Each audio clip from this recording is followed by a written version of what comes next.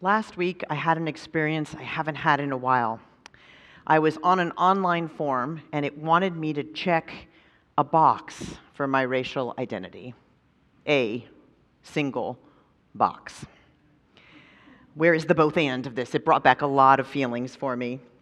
I was fuming a little bit on the inside, and then I found myself spending a little time clicking to try to get another option, a second option. Didn't work. Click, click, click, no avail. Many of us hold the both and for lots of reasons. Because of our life experience, because of what we've known, because of the roles we play in different places. We know that we're strong and vulnerable. We're driven and silly. We're capable and sometimes frightened in this polycrisis time and world. We're hardworking and we enjoy a day of sloth like nobody's business sometimes. We can hold, despite Travis's conversation with our children, both sadness and joy. We are realists and of this world, and we so with all of our heart long for hope. Now, 23andMe confirms that I am truly a multi-and. I'm 50% Northwest European, which is the multi part, and 50% Japanese, just 50-50. Now, a professor in college once noted to me that people who are multiracial are interesting to work with because they hold multiple ideas at once. In those days, as I didn't usually encounter people who thought it was a good thing to be racially ambiguous, I was intrigued to hear something actually positive about the aspect of me that most people saw as a downside or a deficit. So after a while, I began to realize that the both and was, in fact, one of my superpowers. Holding multiple viewpoints in tension with one another is actually the only way I've ever known to be from my earliest days. My late friend, Delandria Williams, the former moderator of the UUA, and I had a conversation before she died about pluralism.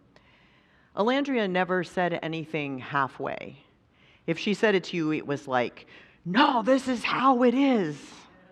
And so she said to me, we don't want diversity and Unitarianism. We don't want multiculturalism here as our goal. We want pluralism because pluralism is the relationship between all the different things. And I never forgot her saying that. The ability to acknowledge and hold multiple truths.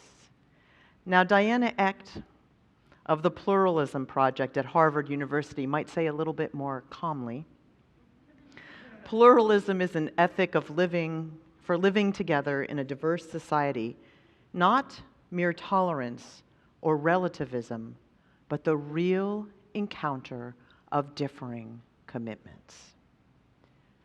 So we're in relationship. It's all about the relationship that requires us to allow the interactions that will make us more open-hearted and minded.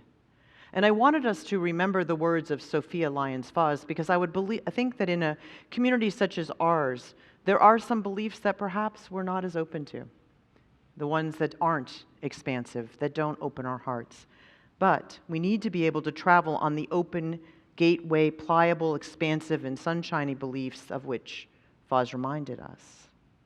When in relationship with one another and centered around love, we can honor one another in the spirit of what the poet and writer Rainer Maria Rilke called love.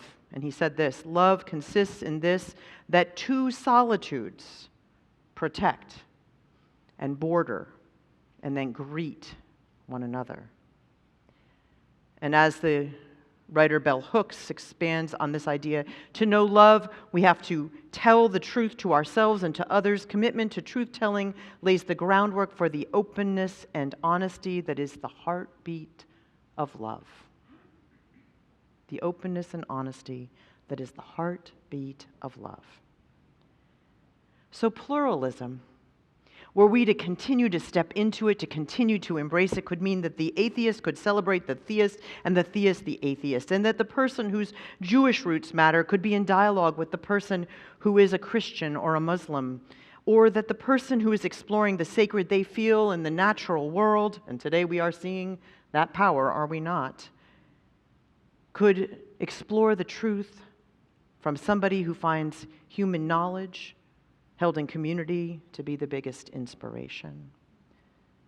Someone who has experienced marginalization because of their identity in our larger culture, the way my late friend Elandria Williams, who was of African descent, did, could talk with someone who has had a life of feeling mostly welcomed and accepted in all their spaces and settings of life.